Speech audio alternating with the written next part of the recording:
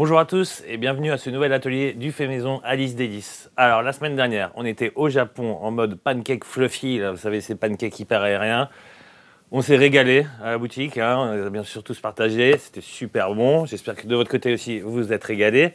Cette semaine, on reste bien chez nous, direction la Bretagne avec la fameuse galette bretonne. Alors on va faire une galette complète. Donc avec jambon, fromage, œufs. Et cette fameuse galette de sarrasin, c'est une recette qui existe depuis 1000 ans. Et c'est un produit qu'on a tendance des fois encore à acheter en mode ouais, supermarché, tiens, hop, la galette. Et ben non, ça c'est fini. Voilà, on reste donc dans le 100% fait maison. Et je peux vous dire, ça va être déjà bien meilleur. Au moins, vous savez ce que vous mangez. Alors, pas de conservateur dedans. Et puis, on va aussi penser à la planète, hein, parce que ces fameuses galettes au supermarché, elles sont toujours dans ce gros emballage plastique. Donc, ça, c'est fini. Voilà. Et vous allez voir, c'est super simple à faire. Hein. C'est super simple et c'est super rapide et c'est super bon. Donc, de quoi on va avoir besoin au niveau des ingrédients? Vous allez voir, c'est vraiment pas grand-chose. Hein. Il nous faut de la farine de sarrasin, bien sûr, donc 330 grammes. On va prendre 7-8 grammes de sel, alors de sel de Guérande, hein, si c'est quand même préférable. 75 centilitres d'eau, alors prenez de l'eau minérale, parce que du coup, ça vous évite d'avoir aussi le goût de chlore. Ou alors, à la limite, si vous avez un charbon, un binchotant, ben voilà, vous le passez et vous purifiez votre eau. À 9. Et puis, c'est donc ça, c'est en fait les ingrédients dont on aura besoin. Vous voyez, c'est vraiment pas grand-chose.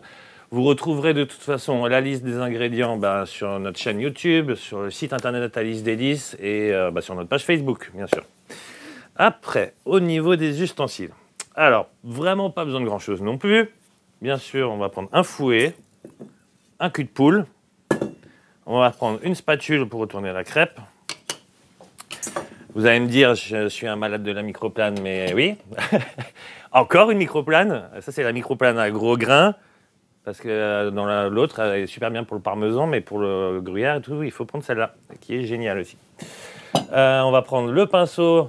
Donc ça, c'est le pinceau de billet que j'adore, le fameux pinceau en silicone. Donc bon, je ne vais pas trop vous le montrer là, parce que là, il est dans le beurre. Donc ce sera pour mettre le beurre sur la galette. Et bien sûr, l'ustensile qu'il nous faut, c'est une crêpière. Alors, pour cette fameuse galette, on va prendre une grande crêpière. On va prendre une grande crêpière avec revêtement.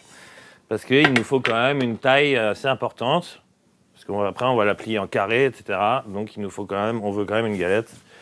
Donc voilà, ça c'est le genre de produit que vous trouvez en boutique. Mais quand je fais des crêpes, par exemple crêpes sucrées, je les fais quand même plus petites. Donc je prends soit toujours avec revêtement comme ça. Mais bon, moi j'ai quand même tendance à préférer la fameuse minérale. Donc ça c'est de l'acier, hyper durable. Hein, voilà, c'est quelque chose qu'on garde à vie.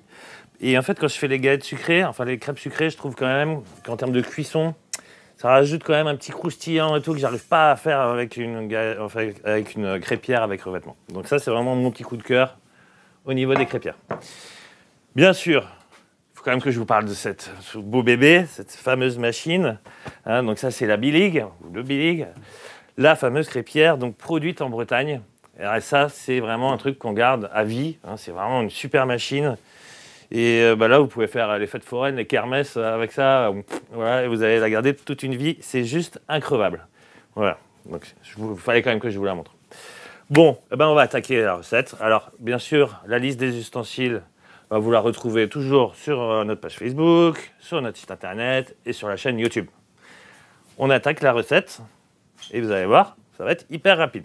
Donc, on va prendre notre farine qu'on va mettre dans le cul de poule. Après, on va ajouter le sel. Donc là, on va faire un puits. Et on va verser l'eau doucement. Et en même temps, on va mélanger. Donc vous versez l'eau au centre. Et en même temps, vous mélangez. Et en fait, vous allez aller chercher la matière de la farine sur les bords au fur et à mesure.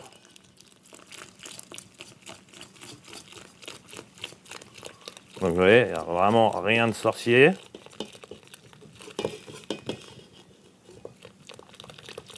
Voilà.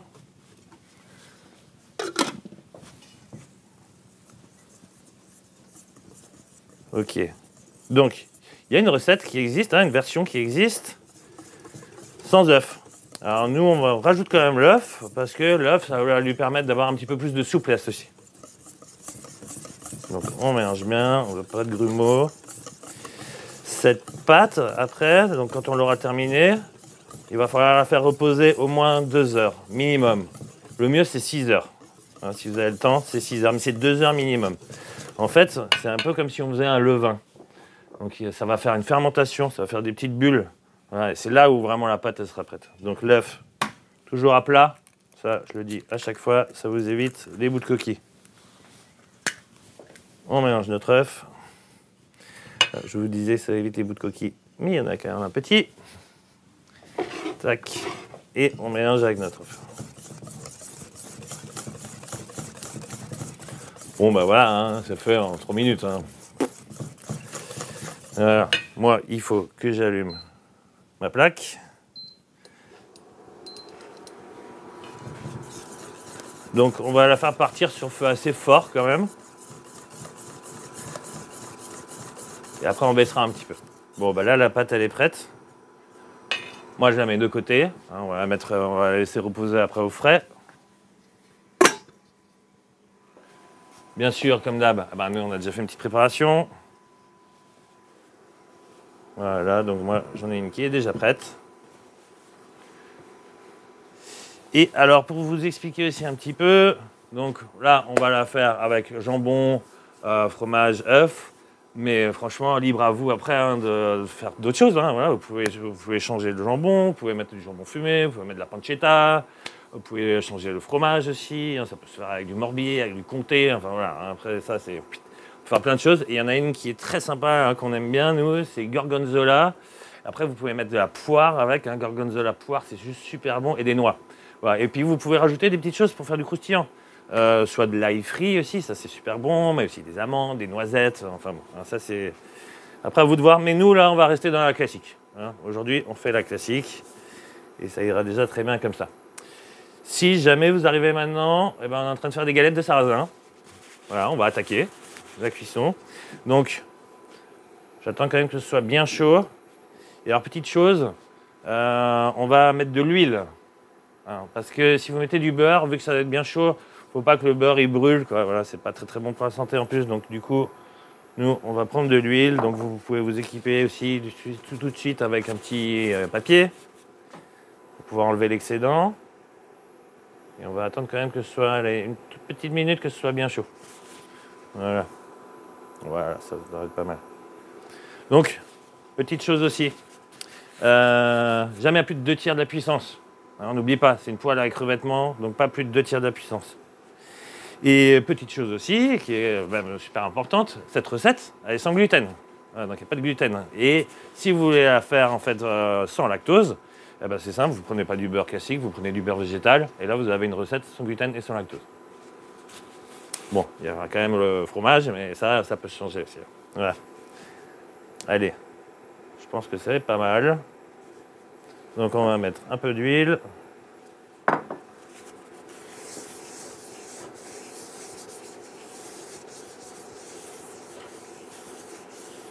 Voilà. Hop. Ça, je vais mettre là. Donc, on va prendre une bonne louche.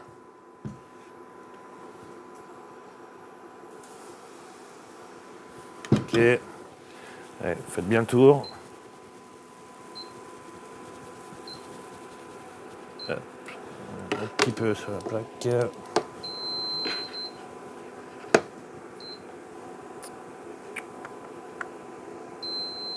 Voilà. Qu'est-ce qu'il me fait? Alors, ça c'est bloqué, c'est bon. On va y arriver. Voilà. Allez, sur 200.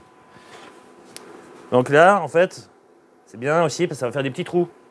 Donc, et là, vous allez voir, en fait, au bout d'un moment, le moment où vous allez pouvoir la retourner, ce sera quand les bords vont commencer à se détacher. Ça, c'est un bon indicateur aussi. Donc là, je laisse assez fort jusqu'à ce que je puisse la retourner. Et puis après, on mettra un petit peu de beurre dessus. Alors le beurre, on va le rajouter aussi parce que ça va rajouter du croustillant aussi. Et bon, bien sûr, du goût. Voilà. Ouais, là, ça commence déjà à se décoller sur le bord. c'est plutôt bon signe. Vous pouvez aussi utiliser un petit râteau. Mais vu que c'est une pâte qui est assez souple, voilà. Là on a fait sans, mais le petit râteau, c'est un petit ustensile aussi en plus que vous pouvez utiliser chez vous.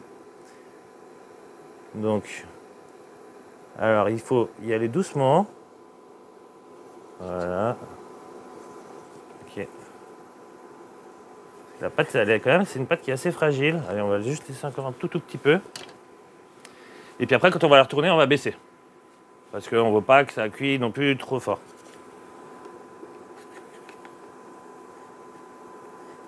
Ok, on est pas mal. Hop. Super. Nickel. Ouais, je ne suis même pas passé par l'étape de la première ratée. Donc, on met notre beurre. Toujours avec ce fameux pinceau là que j'adore. Que j'utilise énormément. Que ce soit en pâtisserie, vous voyez, pas que en pâtisserie. Très souple, qui tient les chaleurs. Ouais, donc là, je baisse. Je vais baisser mon feu. Faut pas que ce soit trop fort non plus. Ok, bah là c'est joli, elle fait des jolies bulles. Alors qu'est-ce qu'on fait maintenant? Eh ben, il y a deux écoles, mais nous on va mettre l'œuf tout de suite. Toujours à plat. Ok. Alors l'œuf, après, ce que je vous conseille de faire, ce que vous pouvez faire, c'est qu'avec la fourchette, vous allez étaler un petit peu le blanc. Ça cuit un peu plus vite le blanc. Et bon, après le petit challenge, c'est d'essayer de garder aussi le jaune pas mal au milieu. Ok, allez, on va prendre la microplane et on va mettre notre gruyère. Alors, ça aussi, achetez le gruyère plutôt comme ça, avec la microplane. Ça vous permet de vous retrouver pas avec des sachets de plastique à tout va. Et puis ça marche super bien en plus, hein, comme vous pouvez le voir. Toujours hyper efficace. Donc ça, il y a différentes écoles aussi. Il y a ceux qui mettent l'œuf un peu plus tard. Nous, on commence quand même par l'œuf. Et après, on va mettre le jambon. Alors le jambon, faites pas des morceaux trop gros non plus, parce que sinon, après, vous allez galérer quand vous allez devoir la fermer. Donc, on va mettre des petits bouts. On va essayer de garder l'œuf. Il est pas mal au milieu, c'est cool. Tac. Voilà, et puis là, on va attendre tranquillement. Donc là, on le voit, hein, ça fait des petites bulles, c'est sympa. Je vais encore rajouter un petit peu de beurre sur le bord. Donc ça va pareil, hein, ça va rajouter aussi encore un peu du croustillant. On le voit là, le beurre en fait, hein, qui fait des petites bulles. Là, c'est plutôt bon signe aussi. Ça, on va le ranger là. Allez, on met tout un petit peu le plan de travail en attendant. Voilà, ça va être assez rapide. Hein. Ce qu'on veut, vous pouvez regarder un petit peu, hein, vous regardez un peu en dessous. Ce qu'on veut, c'est que ce soit doré. Mais faites gaffe, parce que si vous attendez trop, en fait, après, ça va devenir un peu rigide et vous n'allez pas trop réussir à faire votre pli. Donc, vous pouvez utiliser la spatule, là, comme je fais là, pour rabattre les bords. Voilà. Vous voyez, on va marquer un petit peu. Comme ça va être plus simple pour rabattre le bord. Là, on voit déjà qu'elle a une belle couleur. Super. Ça sent très bon. Je connais un qui va se régaler. Allez, on va la tourner un petit peu. Super, une belle couleur. Hein. Bon, et ça, en général, ça met toute la famille d'accord. Hein. Et les amis. C'est pas mal aussi en mode brunch. Moi, c'est le genre de truc que j'aime bien. Voilà. Super. Alors, j'aurais pu le mettre un petit peu avant. Mais j'ai un peu oublié. Donc, on va terminer avec un petit coup de sel, un petit coup de poivre. Au moulin. Voilà. Nickel. Encore un petit peu de beurre. Ça va rajouter aussi de la brillance sur notre crêpe. Voilà, c'est magnifique. Voilà quoi, ça c'est du fait maison. C'est nickel. Bon, bah, c'est déjà prêt, hein, vous avez vu, hein, super rapide quoi.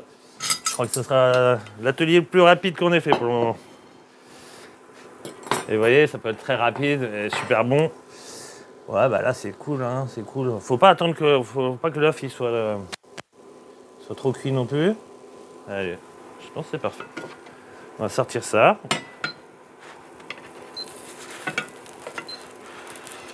Ouais, je sens qu'elle est croustillante, quoi. On va éteindre ça. Nickel.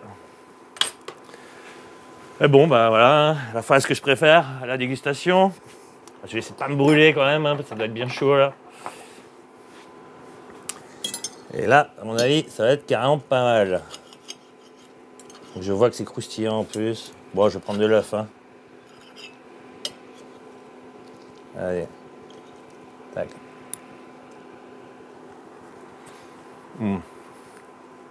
Bah, c'est bon, je suis en Bretagne.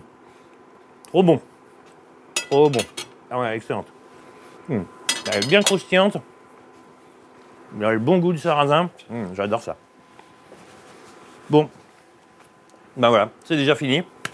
Donc, on va se donner rendez-vous la semaine prochaine. Ah, on reste un peu dans le thème aussi, Chandeleur, Mardi Gras. On va faire mercredi prochain, donc ce sera le 10. On va faire une recette de beignets. C'est des petits pendon. Ouais, c'est un petit beignet hyper gourmand, quoi, vous allez voir. Et c'est super facile à faire aussi. Moi, j'emmène ma galette. Et puis je vais me régaler. Et je vous dis à mercredi prochain.